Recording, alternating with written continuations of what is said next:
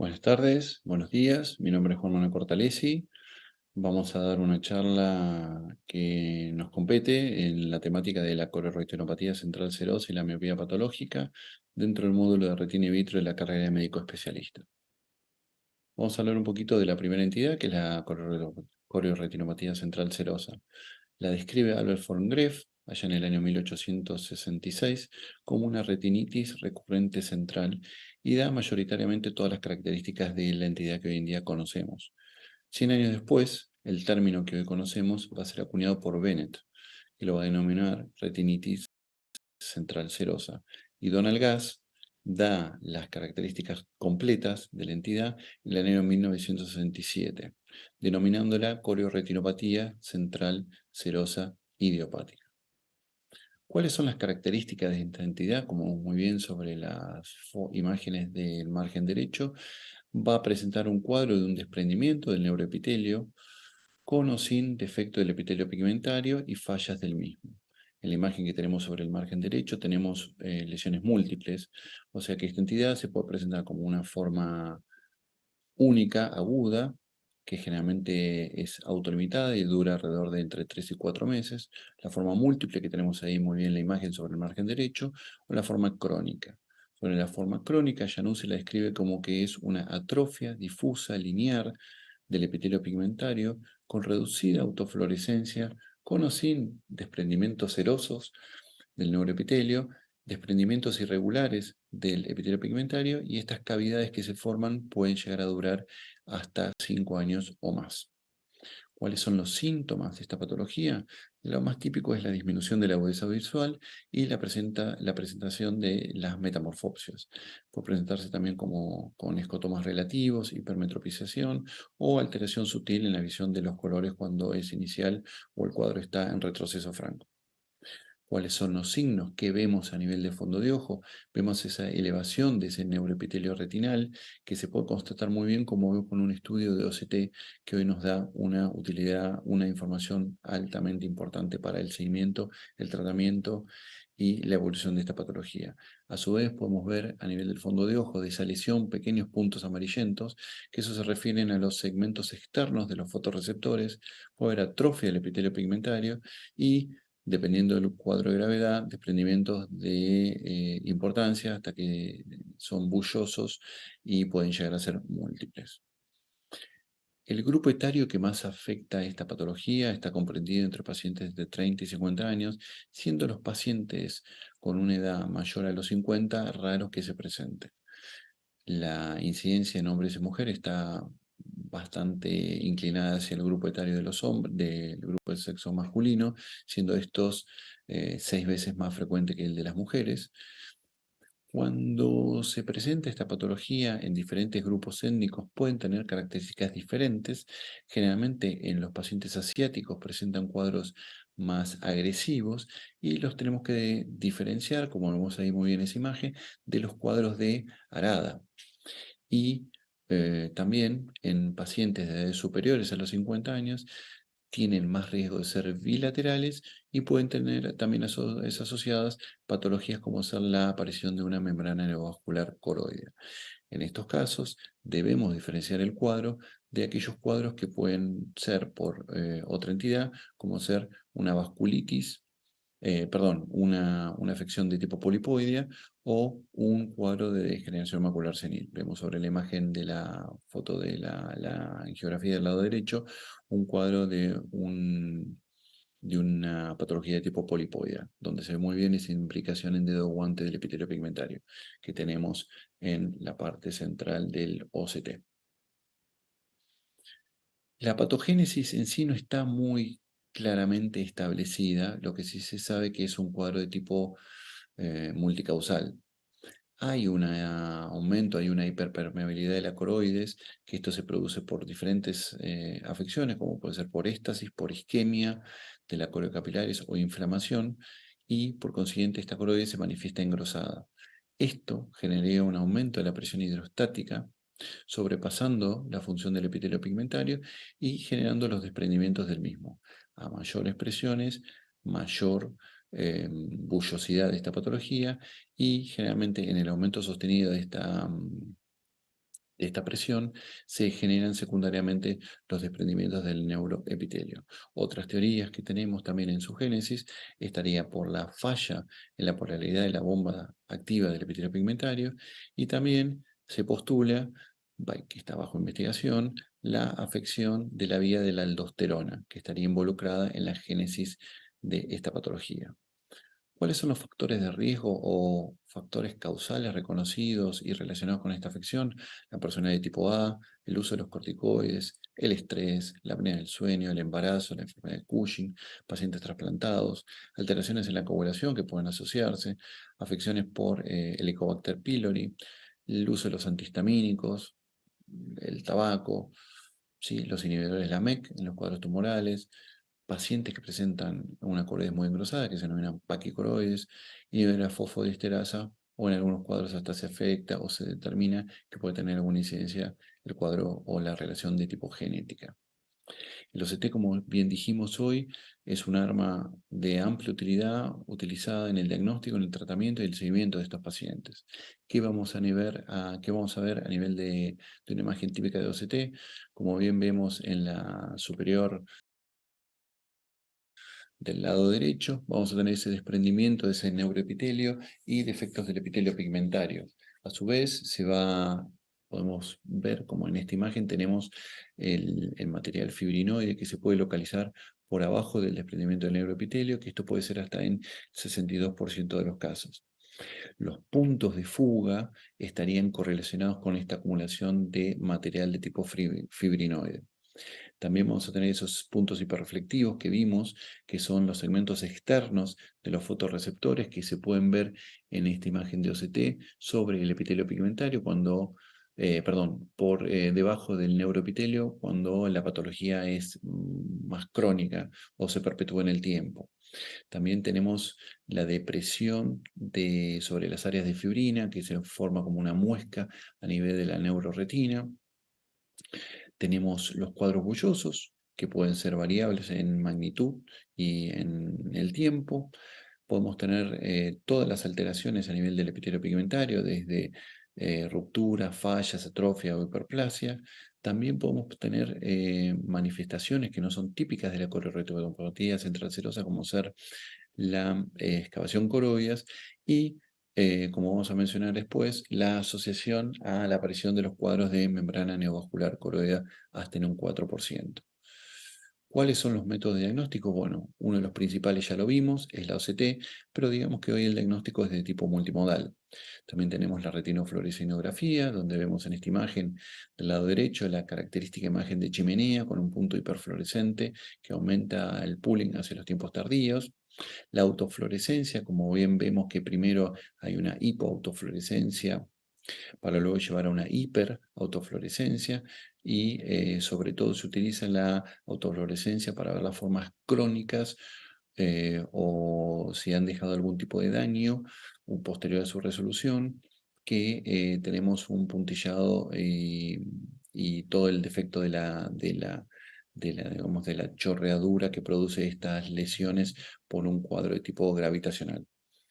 También tenemos la visualización que podemos hacer a través de la indocianina green, donde vamos a tener un aumento de la circulación coroidea. Vemos acá en esta imagen, con este panel de imagen de tipo multimodal, donde tenemos este punto hiperfluorescente, este punto de hiperfiltración que tenemos acá, y rodeado de áreas de hipoperfusión cerca de este punto de fuga.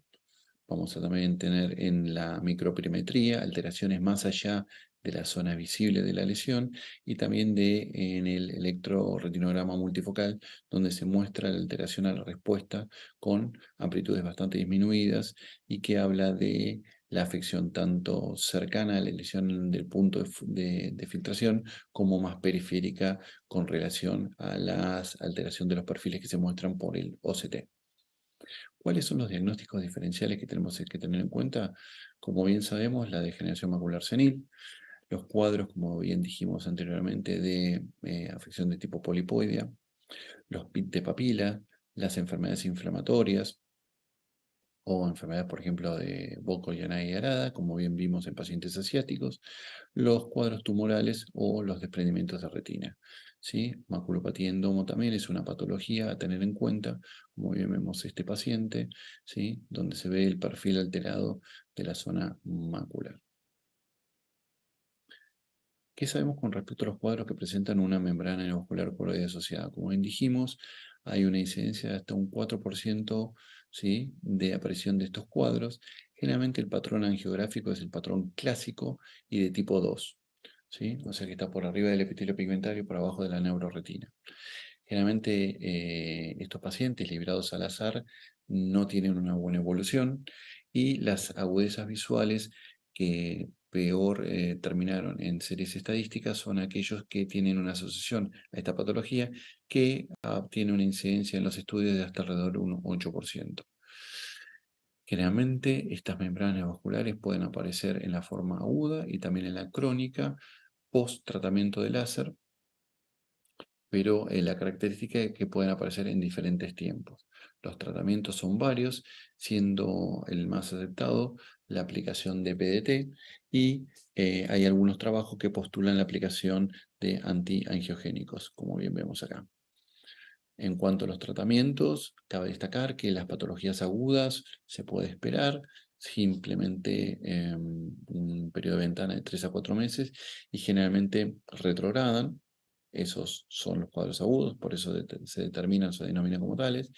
Y lo que tendríamos que hacer en aquellos pacientes que presentan un cuadro similar o que tenemos que diagnosticar o hacer un diagnóstico diferencial es que si están usando algún tipo de corticoides hay que suspenderlos en su uso. Otro patrón a tener en cuenta es modificar la personalidad, pero esto ya es bastante difícil. En cuanto a las patologías crónicas, se ha escrito sobre el uso de la eplerenona, ¿sí? Pero realmente las estadísticas no muestran un beneficio real de esta droga, y también del láser micropulsado, siendo este último tampoco muy aceptado en la actualidad.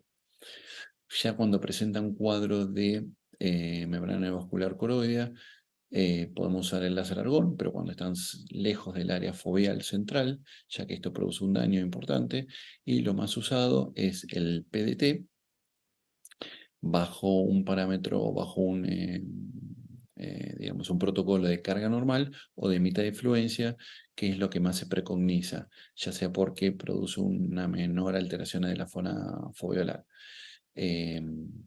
Las características de este tratamiento es la aplicación de un láser de 689 nanómetros con un éxito de arriba del 90%, con una dosis de 3 miligramos por metro cuadrado de carga con una potencia de 50 joules sobre centímetro cuadrado. Y también se postula el uso de los antiangiogénicos, que algunos trabajos muestran un éxito importante. Vemos acá, sobre el margen derecho, un paciente que tenía una correoretinopatía central serosa de no mucha amplitud, donde se le aplicó el PDT y luego de un tiempo se produce la resolución de este cuadro. La recurrencia posterior a la resolución tanto espontánea como por el uso de los medicamentos o del láser puede llegar a ser hasta de un 50%. Ya en la forma propiamente dicha es que presentan un cuadro neovascular. Como dijimos, están la mayoría de los adeptos por el uso o se inclinan por el uso del PDT. Y esto se postula ya que en los estudios tienen una agudeza visual, ganan agudeza visual hasta en un 60%. Sí, los pacientes llegan hasta una recuperación de 2 líneas de esto. Y lo más importante es que no tienen pérdida de visión. Hay estudios que preconizan el uso de los antiangiogénicos. Hay algunos que dan esta estadística que vemos acá de Chalabian, de 26% de los pacientes que mejoran 3 líneas, el 41% de los pacientes permanece estable a los 3 años, con intervalos entre tratamiento de hasta 6 meses, una media de hasta 6 meses, y con una media de inyecciones de hasta 4,5. Generalmente en los trabajos que hemos podido recopilar, el uso del PDT versus los antiangiogénicos funciona mucho mejor en aquellos pacientes que tienen un cuadro polipodio asociado y que produce el cierre de este mismo casi estadísticamente el doble por sobre los antiangiogénicos, siendo con el PDT el 50% de cierre que se produce en la trama vascular versus el 25% de los antiangiogénicos. Vemos sobre la imagen de la derecha el trabajo de Peiretti, ¿sí? Con inyecciones de antiangiogénicos y una resolución del fluido, pero la estructura de la membrana persiste en el tiempo. Este es un algoritmo sacado del libro de Ryan, ¿sí? Donde se postula cómo tendríamos que actuar cuando se presenta un cuadro de una sospecha de choroiderretinopatía central serosa, ¿sí? Vemos si se resuelve sola o no espontáneamente dentro de los 3 meses. Es un cuadro agudo, como dijimos, de generalmente resolución espontánea. Si es extrafoveal o subfoveal, si es extrafoveal, en algunos casos se puede hacer el láser. Y si no resuelve, entramos dentro de, el uso de PDT como posible tratamiento.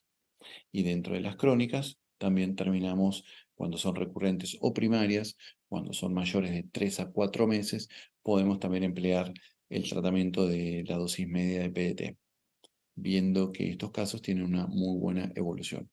Como dijimos, el tratamiento más instaurado, más aceptado, es del PDT. Lamentablemente en nuestro país, por diversas causas, no tenemos hoy la posibilidad de usarlo.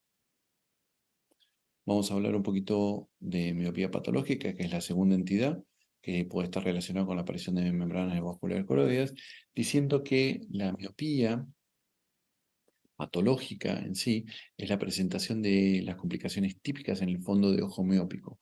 Estos cuadros están altamente relacionados con la alta miopía, pero no es excluyente de ellos.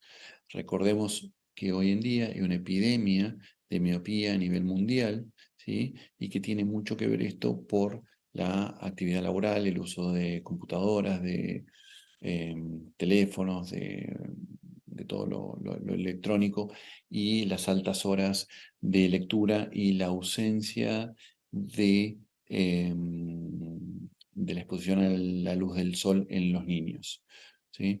Si tenemos alguna estadística a destacar, vemos que en Asia las miopías bajas, de menos de 1 dioptría, generalmente afectan al 43% de la población, siendo en América y en Europa hasta el 27% y de los grupos hispanos hasta el 21%.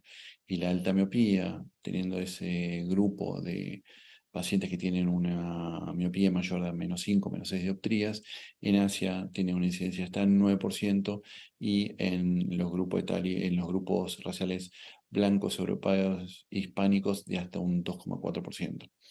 ¿Cuál es la incidencia de miopía patológica? Dentro de las miopías bajas puede presentarse hasta en un 19% y en las miopías altas de menos de 6 dioptrías o más puede presentarse hasta en un 70%. Generalmente la incidencia aumenta con la edad y es raro en los niños. Recordemos que a nivel mundial la retinopatía miópica, según los estudios más grandes publicados, que son el Ishiyama Study de Japón, el Blue Mountain Study de Australia y el Beijing Eye Study que se publicó en el año 2011. Como os decía, tiene una incidencia desde el 1,2 hasta el 3%, con una mayor incidencia del grupo femenino. La miopía patológica en sí generaba lesiones, dijimos, a nivel de la retina. Y esas lesiones, ¿cuáles son algunas de ellas? El estafiloma posterior, la maculopatía miópica, la aparición de membranas neovasculares. Acordémonos o tengamos en cuenta que la degeneración macular miópica causa o es la principal causa de ceguera en Japón, es la segunda causa de ceguera en Dinamarca y es la tercera causa de ceguera en Estados Unidos en el grupo de latino comprendido del grupo etario de mayores de 40 años o más en Estados Unidos. Y a recordar también que en los Países Bajos es la causa más importante de pérdida visual del grupo etario que comprende pacientes de entre 55 y 75 años y en Italia es la segunda causa de baja visión. Así que es muy importante destacar.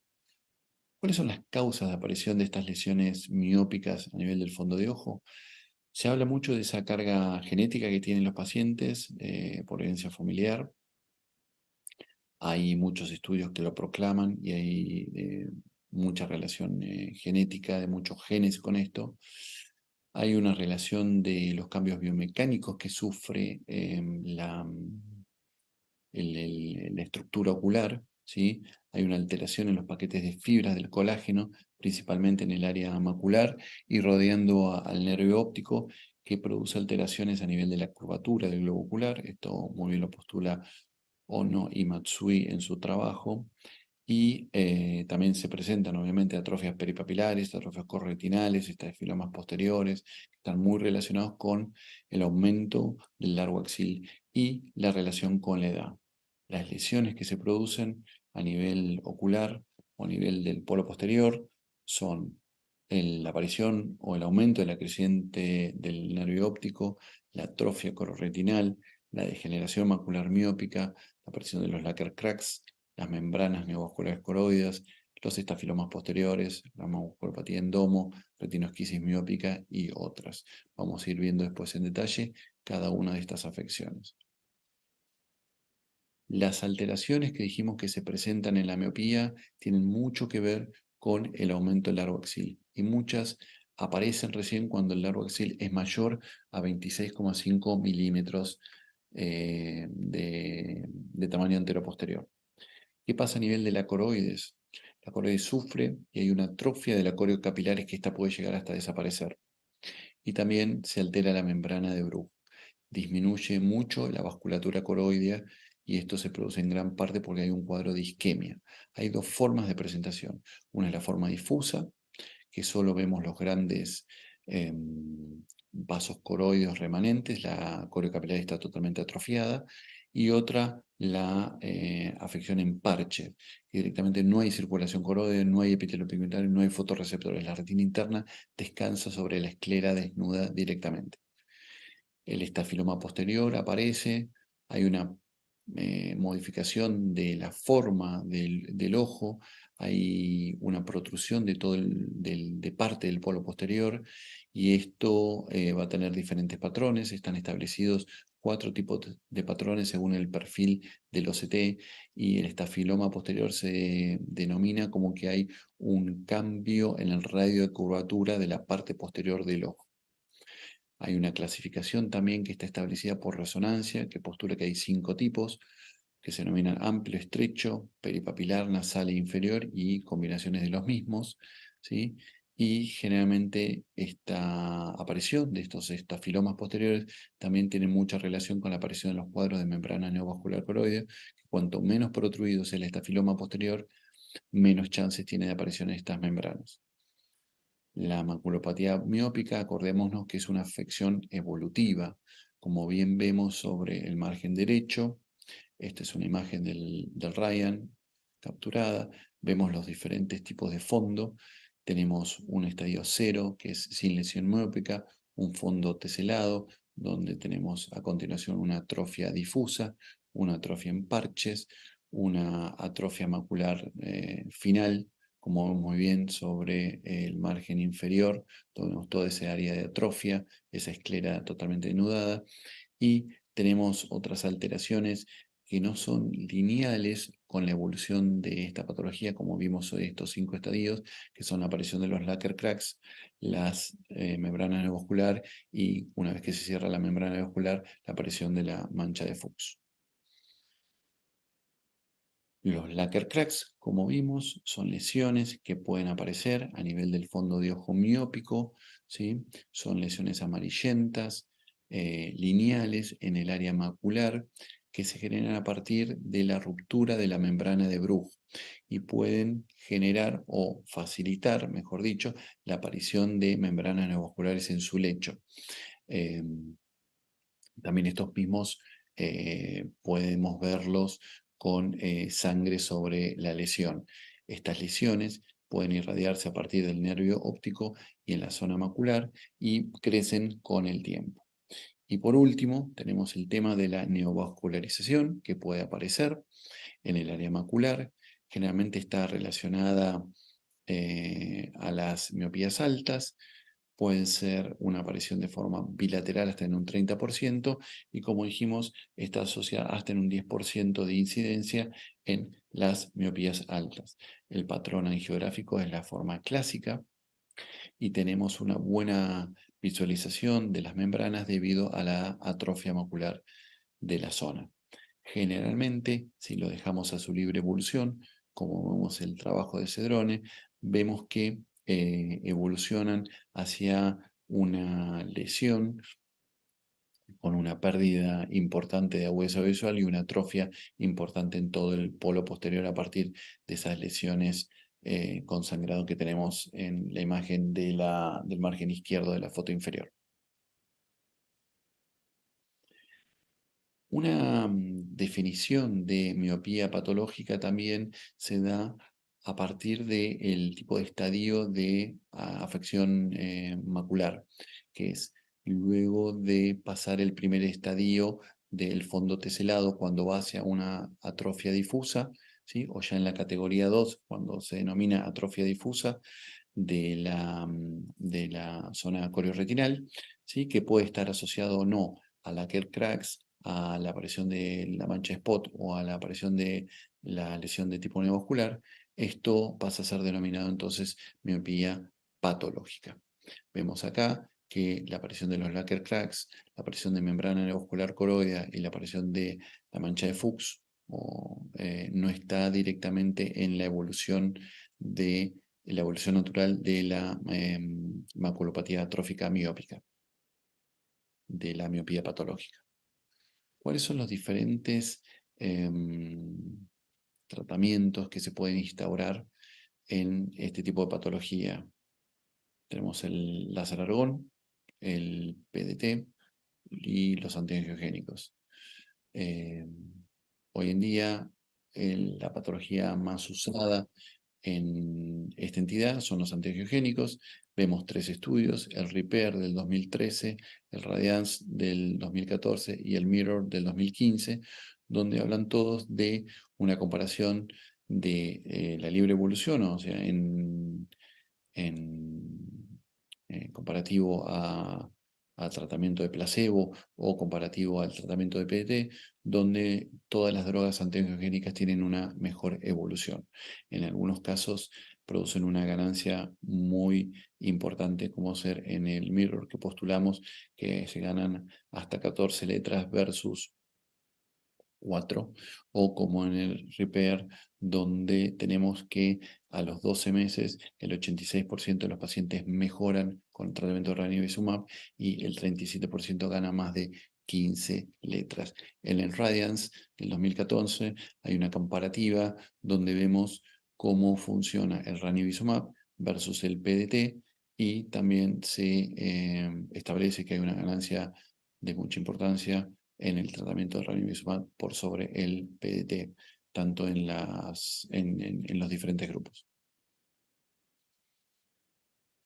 Otras afecciones maculares posibles que pueden estar relacionadas con la miopía, tenemos la maculopatía en domo, ¿sí? Que es una patología descrita por Gaucher, donde vemos una protrusión del área macular, ¿sí? Donde hay un engrosamiento de la esclera, un afilamiento coroideo y una imagen en giba de la zona foveal con o sin desprendimiento de la neuroretina. Generalmente está relacionada y se presenta en los cuadros de altos miopes, como ya vimos algunas imágenes. Generalmente es una patología de persistencia variable, resolución espontánea, y tenemos una disminución de la agudeza visual a niveles de 20-40, 20-50, con alteración en la percepción de los colores. No hay un tratamiento efectivo para esta patología. Y luego también tenemos la fobiosquisis miópica, que no vamos a pasar a detallar porque seguramente en la parte de cirugía macular va a estar nombrada, ¿sí? Pero a destacar que hay una esquisis en la zona macular, generalmente sobre el estafiloma posterior, tiene una relación con la alta miopía que se presenta en alrededor del 9% de los pacientes altamente miopes, puede estar asociado a los agujeros maculares o al desprendimiento de retina, tanto de cuadro inicial como a consecuencia de la cirugía, que consistiría en una vitrectomía con la realización de un peeling de la membrana limitante interna, respetando la zona central para no producir justamente estos agujeros maculares. Y la patología esta se daría por el aumento de la rigidez de la membrana limitante interna, porque hay una proliferación de los astrocitos y hay una mayor rigidez de las estructuras vasculares. Como dijimos, la resolución es quirúrgica y tratamos siempre de respetar el área central para evitar las complicaciones. Bueno, eso es todo lo que conlleva a la charla de retinopatía central serosa y a la de miopía patológica. Espero que les haya servido. Muchísimas gracias.